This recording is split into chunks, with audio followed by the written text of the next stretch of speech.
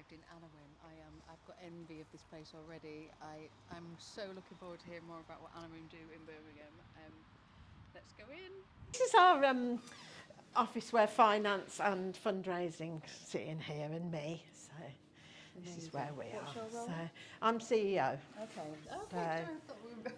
I'm not posh.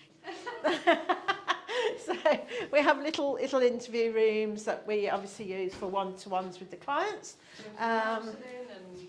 Yeah, and all the one-to-one assessments and everything. So the women have got a shower, and I'll show you when we've got clothes and stuff like that. So yeah, so clothes for them to take away, toiletries, clean knickers, all that sort of thing. So this is the drop-in room. Well, sort of. Yeah, we are in the process of moving them. They're next door at the moment. There's a meeting room there. Disabled loo. And how long have you had this building then? This building since 2016. The other building since the 90s. We started in 1986. You'll see. You'll see exactly what it was before. You'll be able to see very clearly what it was before when we go over the other side. And So are you this the is founder? You're not the founder. no, but I have been here a long time. Have you? 21 years now. I know. So you've seen all the growth. I have, yes. We had 2 part-time workers when I first started. Yeah, and this is our lovely Anissa. Hanging out with me. Yes. Yes. Hanging out with me. So drop-in. We have our drop-in, and any woman can walk in off the street. So no appointments. They can just come in here and get help with anything. Might be filling a form in, or it might be I've got my bags with me and I've left them today, or whatever. So anything in between. So open access, drop in. Another little counselling room here, and then this is currently where the drop in is. So they'll see the clients in here, have a little chat, and well, Anissa, come and tell them what you're doing here when you've drop in. Yeah, so Not that you are. what your role is, just let us know. Not that you are fully the drop-in worker, but you're. Yeah, so my name's Anissa. I am part-time accommodation caseworker and then the drop-in caseworker. So with drop-in, we have women come for all sorts of different issues. It can be to help with form filling, women who've recognised that they're in abusive relationships and taking that first step. And often you can see women just come in and like they're hovering around in the car park, and it's just, you know, it's such a big step, and having this space to be able to just talk and, you know, provide that support is just so essential. We also have food bank and a shower, and it's just whatever need comes through. Yeah. And then we have other agencies like Citizens Advice here, to help with benefits, debt relief orders, all that sort of thing. Do you work with domestic abuse charities as well? We've got our own IDVA as well. Okay, yeah. So we've got our own IDVA. We do courses here as well, like healthy relationships, freedom programme, that sort of thing. Freedom programme. And do the other agencies have a permanent base here? no, they just sort of co-locate. Yeah, they just sort of come in and out. So Citizens Advice, CGL, substance misuse, Just for drop-ins on a given day. Crankston come in every Friday. They've got the contract for domestic abuse, refuge accommodation. All sorts of different probation are here most of the time as well. One of the things that we're trying to get across in because I've just run a homeless charity for the last 10 years and set that up, but it was mixed gender, and now I'm trying to get single focused gender. Yeah. Can you explain why it's a really good idea? It's vital. It's vital to be women only. The women really appreciate having this space that is just for them. So many of the women, especially in this area where it's high levels of South Asian women in this particular area, locality, but for other women who are controlled, to be able to come in, and if the fella is hanging around, we say, off you go, mate. This is women only. you can't come in, Yeah. and they respect that. Yeah. And if it was mixed, those fellas would come in and they would invade her space. Yeah, you wouldn't Whereas she's able to go, I can talk without him listening and without him controlling what she says, you know, so she's completely free to talk in a way. And we all know as women, we talk very differently in a women-only space than we do in a mixed gender space. Yeah, absolutely. We share differently, we talk differently, don't we? It's just a fact, Massively. you know, and so important with probation being here as well, co-located, because going to probation office, you know what probation offices are like. Yeah. The waiting rooms in probation offices are not the nicest places for a woman to go into. Yeah. You know, women only make up sort of 9-10% of the probation caseload, so they're always in the minority. So they're always going to be one woman against 10 men in that office, so in that waiting room. So, you know, it's not a great gender balance, is it? You know, it's not going to be literally half and half. It is, you know, they only make up 4 to 5% of the prison population. So, you know, they're always a tiny proportion. Yeah. So it's horrible. Yeah, It we've got a doesn't. lady in our property at the minute who's under probation, and she gets panic attacks going. Yeah. So we've obviously now got the probation officer coming to us. Exactly. Yeah, it makes such a difference. Massive difference. She wasn't going to go, and then you know, exactly. you only recalled after That's that, right. You know, so so it's breach just like- levels go down if the women can come to a gender specific space, and a trauma informed space, even more important. You know, because you see the recalls of women, they've gone sky high, and that's why, because they don't want to go to those places. And the location of the probation offices are usually dodgy as well. The actual area that they've got to go into. Well, even the police you station, know. you know, so you don't ever want to be going in the police station. No, That reminds definitely you not. probably when No, you no, were arrested. when you were traumatised. Yes, it's so this is where our drop-in workers hang out. So we've got Cheryl here, Joanna, Frankie. Sorry, it's not. You're not Joanna. We've had so many new staff. I get confused. How many staff have you got? 64. How many? 64, I think, altogether. And you Somebody- started with how many when you? 2 part-time workers. Oh my gosh. Yeah, when I first came here, we had a creche worker and a Amazing. project worker. Sharon here is our IDVA, so our domestic abuse specialist, and then we have a substance misuse specialist, the accommodation specialist, and a mental health specialist as well. Amazing. So, yeah. I'm going to ask you in a minute how you fund all that. I will. We'll chat about it. We'll get on to that. Oh, yeah, we are. Yes, they've met, yeah. We'll be back. Yeah. And as Anissa says, we've got food bank. Is that a women-only food bank then? Yeah. Amazing.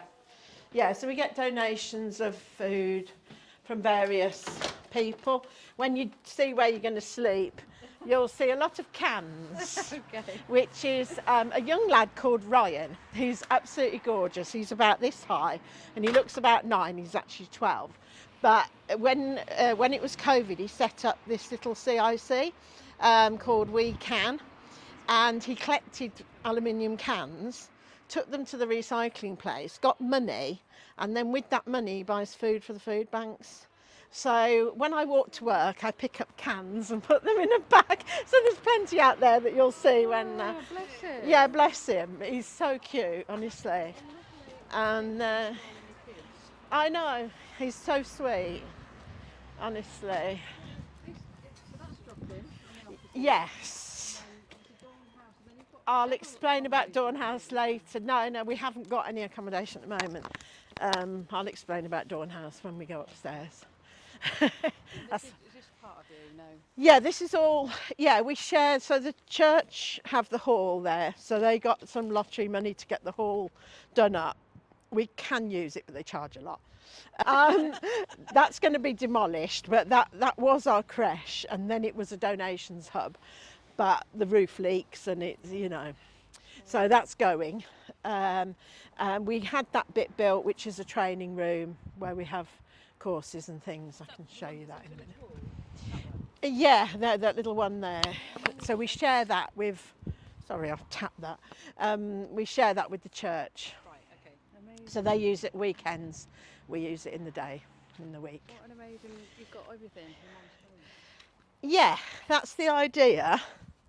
That's the idea, have it all in one area. In this area, is this walkable for people that you would likely see, or is this people, is this, because I don't know Birmingham. Is this Well, we have women coming from all over the city. Okay. So we're on a bus route. Yeah. So, I mean, you can see the city here. So it's probably 2 miles into the city centre. Okay, You know, it's really quite close. So it's good bus routes.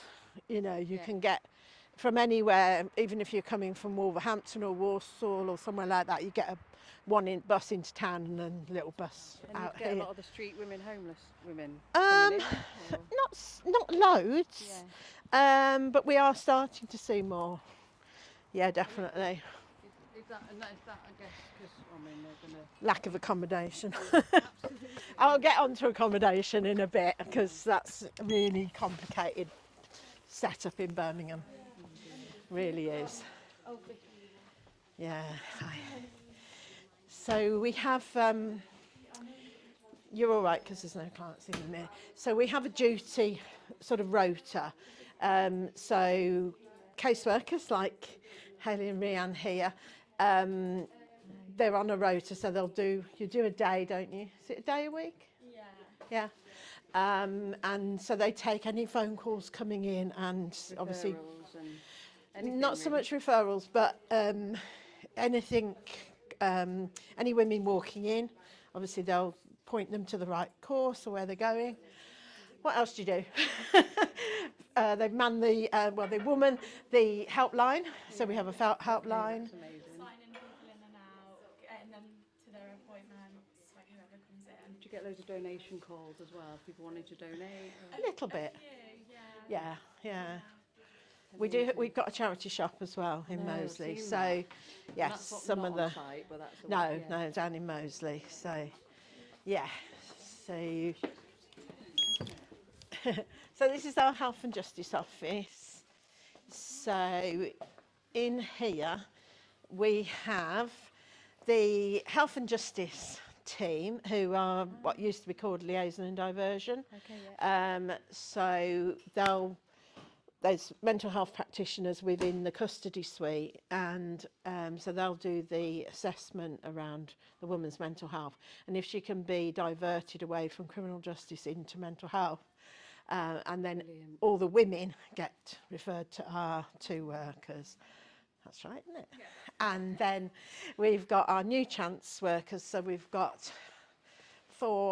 6 at the moment, because we've got a couple of agency people, because the referrals are going through the roof. Wow. So that is for New Chance, which is a police diversion. So any woman who is committing a very low level offence that can be an out of court disposal. So it's usually things like a very small common assault or shoplifting, neighbour disputes, arguments, those sort of things that can attract a out of court disposal. It's a direct referral pathway to you guys now. Direct referral from the police, yeah. Amazing. So every woman that they arrest basically now is getting referred to that. That's amazing, Hence, isn't it? referrals have gone through the roof. And then Rachel here manages this is the sleep out people. Don't always dress like this. Yeah, manages the criminal justice team. So that's the probation team so all the women doing their community orders, and we support the women in Drake Hall and Foston Hall as well, and then through the gate. And then probation would be co-located here as well. Not in today, are they? They're all busy off doing. Yeah. So, yeah. And So, I mean, so you you directly avoiding women going into prison. Yes, that's the Amazing. aim. Which is That's the aim. alternative That's the custody. ultimate aim, is to stop them going to prison. We would like, we would, On the case. well, he's ambitious to close one prison. Yeah. I'm ambitious to All of them. leave one prison open and close all the others. Yeah. That's what we actually need to be doing. Yeah. I mean, you're starting with one, so that's... Well, it's better than nothing, but it won't solve much because it will just get re-rolled as a male prison. So, you know, it doesn't actually free up any money when they do that. So this is our art, we call it our art room. There are people in there, but yeah, so we do a lot of art and craft type courses, but we do loads of, well, I'll get you a timetable at some point. Outgrowing a lot of it, so we've got a nice little gardening area so they can, I mean, it looks a bit rough at the moment because it's winter, but it does look nice in the summer. So we can grow vegetables, stuff like that. So we get lots of different groups like Fruit and Nut and other people who come and do little gardening projects, and women get involved with that, which is great. Somewhere to have a cigarette, yeah, which is nice. And we've just made this little garden around here as well, which is quite nice. Little art projects, little mosaic-y things that they've been doing, and nice things. And then this, It's that thing of having everything in one space, isn't it? yeah, it does make a difference. And I think one of the, because we've just made this space. This was up to here with weeds, and Cadent Gas came in and completely, well, we had some guys as well who completely cleared it, and they've made it a nice space. So this is a staff space where they can have, what we want to get is one of those sort of pods or an outdoor something so that staff can come out here for take a break. You need it, yeah. Yeah, I mean, it's lovely in the summer, Yeah. obviously. So all your female staff, obviously, because Yes. female centre, but would you allow men in the building? Is there any time when Only you would? professionals, Yeah. fellow professionals come in for appointments and things, do but you they really? wouldn't like wander around. Yeah. You know, they would shove them in a room and bring, you know what I mean? Yeah. You know, It's yeah, that, they it's don't. that fine line of between keeping the women safe, but also showing them a good role model. And Yeah, but make- also protecting the men. yeah. Because I mean, my original chair was a man, and he used to come in sometimes, and after a while he was just like, I'm not going in there ever again, because the women would just take the mickey out of him, or just be totally inappropriate in front of him on purpose, I know. just to embarrass yeah, him. Exactly, yeah. So actually, it was more for his protection than anything else. We had some funny stories, where, you know, where they would do a bit of cooking and stuff like that as well. So we've just been given some slow cookers from Cadent Gas, actually, so the women can take a slow cooker home with we them. just had lunch at what is it? Change called? Kitchen, yes. So they were saying that, Yeah. that it's about teaching Yeah, people how to they've cook. come in before and done courses here. We have lots of different courses, so trauma, So you obviously volunteer trauma.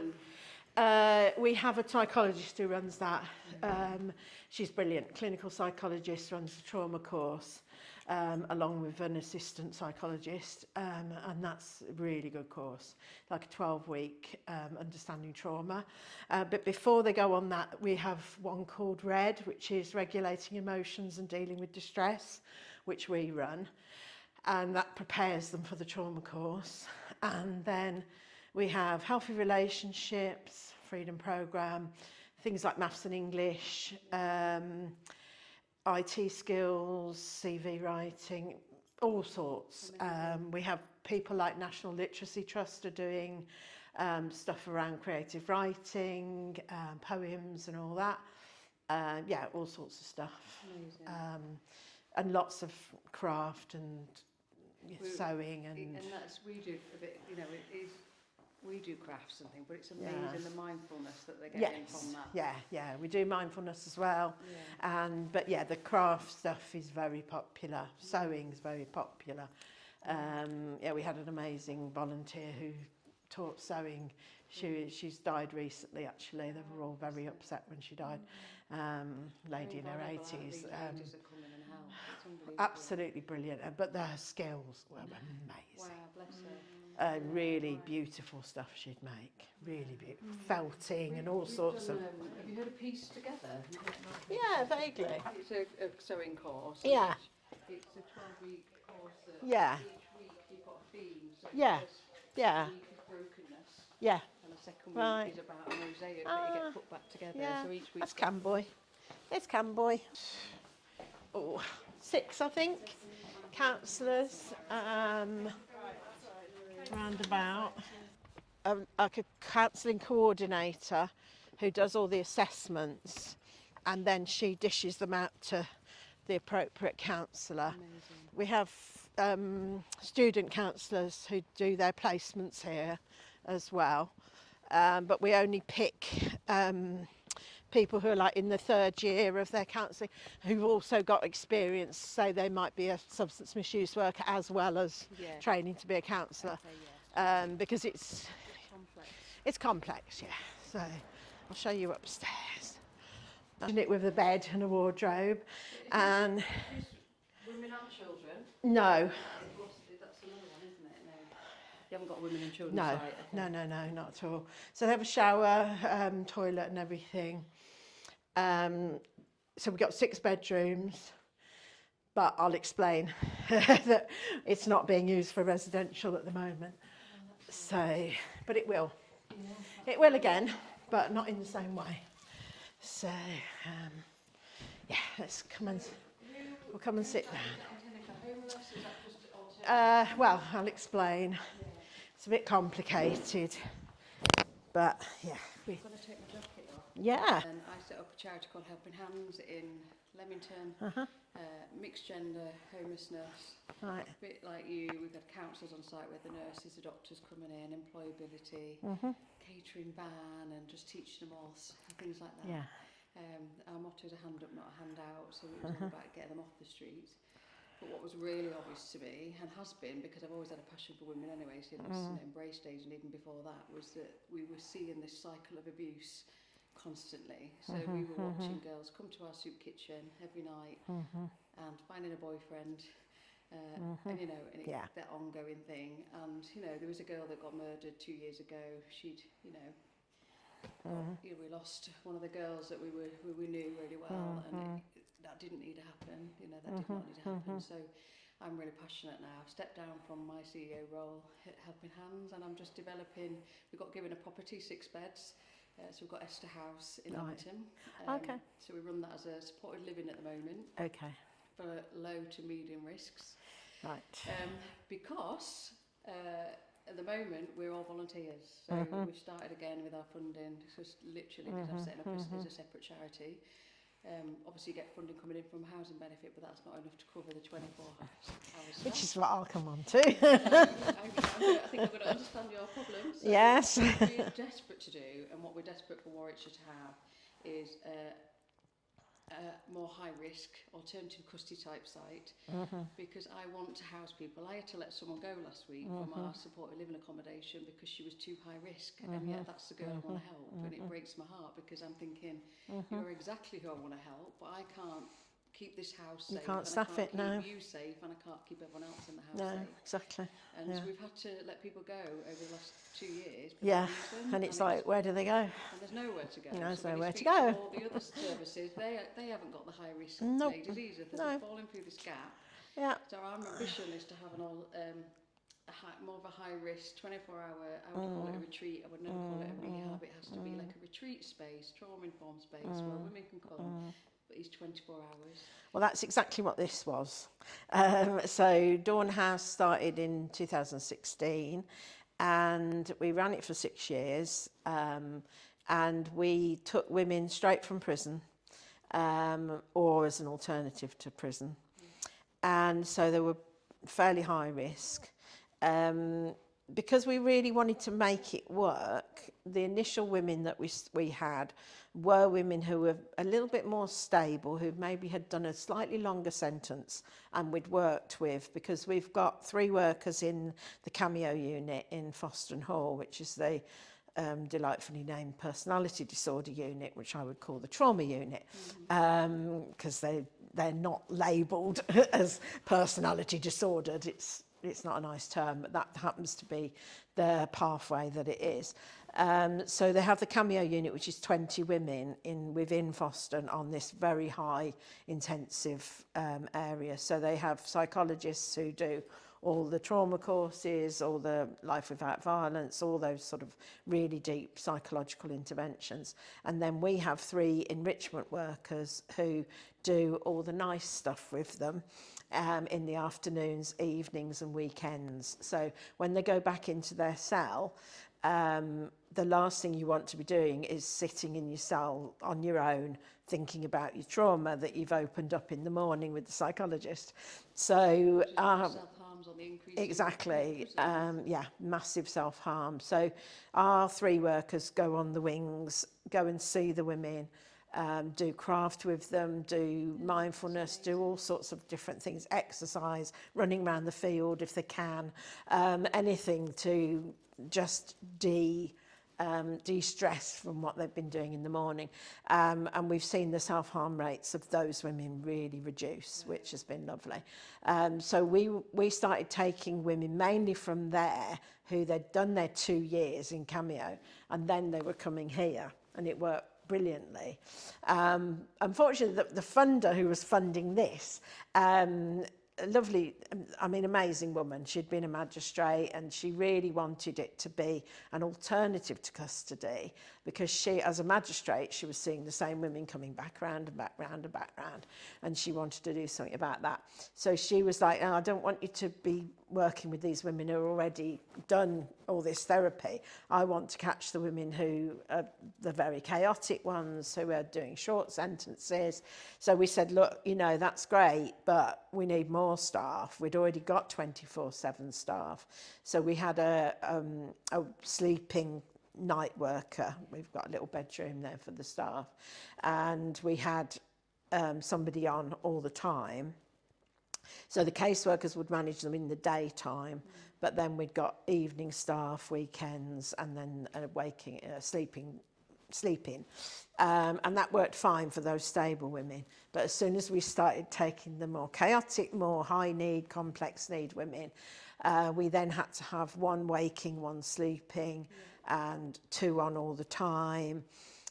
So you can imagine the costs were pretty high. We've got a massive problem in Birmingham with exempt accommodation. We managed to get exempt status. It took us 3 years to get it. My plan was, we'll get the exempt status straight away at the beginning. We'll squirrel away that money that we get from exempt housing benefit, and we'll, while we've got this funding from this philanthropic funder, and then we'll be made up for when their funding stopped. Didn't work like that, because it took 3 years to get the exempt status. So we missed out on 3 years of funding there. And then when we did get it, even though the women were heavily supported, obviously, they'd got their own caseworker, they'd got all these workers on all the time, we never got above the low rate of housing benefit. And we would appeal every single one, and they would just not give us reasons, but we had to supply all the support plans, every entry into our database. We still only got the low rate of housing benefit. So when it came, they gave us another 3 years of funding, this funder, and then they were sort of saying, look, you're going to have to become sustainable. And I had to be honest with them and say, there is no way I can make this sustainable, not on 6 beds, because 6 beds isn't enough to critically mass make it sustainable. But when you think about the women and the way they are, you don't want more than 6 women together in a space, I mean, this was obviously our lounge and kitchen. we still had fights, we still had problems between 6 women. Imagine if you had 20, and 20 is about your critical mass if you're going to make it work in terms of staffing. So the model doesn't work. And what we've got in Birmingham is we've got this massive load of exempt providers who just open HMOs all over the city. So all the big houses. To get the exempt money. Yeah, and they get the full rate. They get the high rate and they don't offer any support. I mean, I just don't get it. I don't understand how they get it when we had to put so much in, you know, proof of what we were doing, and they don't have any proof of what they're doing because they don't offer any support or minimal. I mean, I was chatting to one of the councillors bought a motion in the council house last week, and he was talking. He said they've got a big house where he's a councillor, and they literally paid the local electrician £100 to go in each week, open the door, shout up the stairs, "Is everyone all right?" And that's what they called support. Seriously, that's what they called the support. And they're getting up to £350 a week per room. Oh my God. We only ever got 150. If you did get which that was, amount, you'd be okay to run. It wouldn't have paid for it. It wouldn't have paid for the level of support that we were offering. So, It actually cost us more like £1,000 per woman. okay. Nobody's going to pay that unless it's care, you know. That's interesting. So I still don't think the model would work. What do you think's the answer? What do you think would work? What I would like to do, sorry, I keep hitting this. If I was doing it again, I'd have small flats, 1-bedroom studio flats, dotted around the city on their own, dotted around, dispersed, which is their flat. And then I would send in floating support to go and support them, mainly evenings and weekends. Well, ideally, I'd like them to be within walking distance of here, you know, lots of little flats dotted around so that they could come here for the day, and then they'd have some floating support going in evenings and weekends. What the women all said was, because this space is quite nice, when it came time for us to move them on, we'd be moving them onto a shithole. Yeah. And they'd be like, "I don't want to move there. I like it here." So they'd end up staying too long. We couldn't get them out. You know, and you're just setting the women up to fail all the time. And so, whereas, I know, because Together Women up in Yorkshire, they actually have this model of small flats. Is that like Lancashire? Are we going to that one, are we? No, the We're Hull. going to Together Women Hull. Yeah. Yes, so they have a model that actually works. So they've got some levelling up money, and then they've got a registered social landlord who supplies them with 12 flats dotted around. And because what the women said to us when they moved on from here, they wanted their own front door. That's what women want. They want their own space, and they want to be able to control who comes in and who goes. So they want to know that I'm letting this person in my space, or I'm shutting the door and I'm not letting them in. They want that control. The women that we work with, they don't have any control. And if they're in a mixed HMO, again, they've got no control. They're sharing a kitchen with, you know, blokes. They're scared to go to the bathroom because there aren't proper locks on the door. You know, they're worried that they're going to get, you know, their door knocked of a night. They don't rest in those places. The mixed gender ones. Yeah, and even if they're single gender, you're still putting 6 people together in a house who've got problems, and then you wonder why. I've had it this week. You wonder why they've got problems, because it's nonsense, isn't it? You know, you pick the most difficult people and put them in a house together and expect them to get on. Yeah, they're going to trigger each other. They're going to fight. They're going to nick each other's food out the cupboards. We've got locks on all the cupboards because that's my butter. She's nicked my butter. I mean, arguments all the time about little things. She hasn't washed up. You know, it just. It's like student accommodation, isn't it? Who wants to live in student accommodation and share a kitchen? It's not nice, is it? So, And especially when you've got older women who, you know, they want their own. You have older age and younger people in the does Yeah, face. it It's doesn't hard. It really work. is hard. And then you throw in substance misuse, Yeah. alcohol, and pimps and violent boyfriends. Recipe for disaster. What's your plan for this then now? Well, we're just in the process of waiting because we have a team that works in Arden Lee Forensic Hospital in Erdington. And again, it's very high level of support in there. I mean, they get shed loads of money, NHS England money, because it's care, you know. So it's women who've committed quite serious offences, but they've also got a diagnosed mental health condition, or many. So very high level. So it might be 3 members of staff to 1 woman. You know, it's really high. But when they've been in there quite a number of years, they need to step down and come out into the community. It's too much of a jump to go to what's out there. So they're going to take this over, and they'll use these 6 beds for move on accommodation from the hospital. But they'll run it. So their psychologists will be here, their OTs will be here, and they'll have total control and they'll be running it. And they can obviously claim care level because they're registered with the care quality standards and all that, so CQC and all that. We did try and look at, I mean, it's another level. CQC. So I know all about the CQC. Yeah, it's another level of support, that is. So yeah, we're looking forward to that, and that'll be very similar women to when we had them from Cameo. Yeah. Be very, very similar. I mean, the property we've got is a 6-bed, and we have to have it low risk at the minute, but we're having all the same problems you've had. But also, we think that would be a move-on property long later on. That's what I've said, that where that space is becomes the next phase 2 almost, isn't it? Yeah. Said, so we've got another option. For the more stabilised ones, So the more stabilised ones will go into the 6-bed, and I mean, there's still going to be troubles, come what may, because they're women together in a house. Yeah, and they peak and trough, and they do really well, and then they crisis, and then they do really well again. And so with that model of the 1-bedroom property, is that for women with more complex needs? I think both ends, to be honest. I think. Would you then need a move-on property if you went into?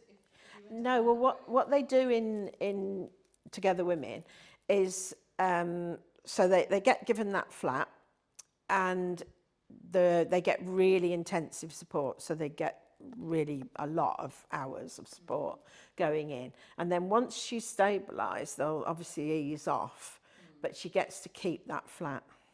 It becomes her flat. First model, isn't it?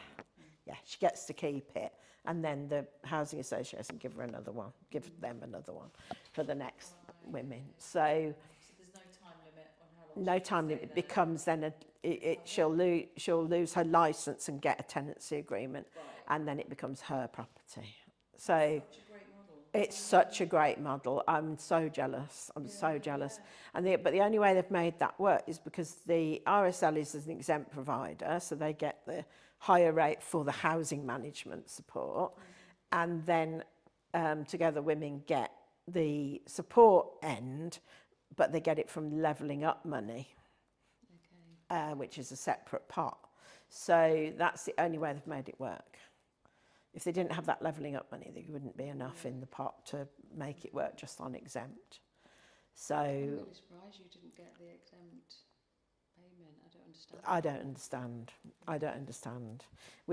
There's been a huge investigation into Birmingham.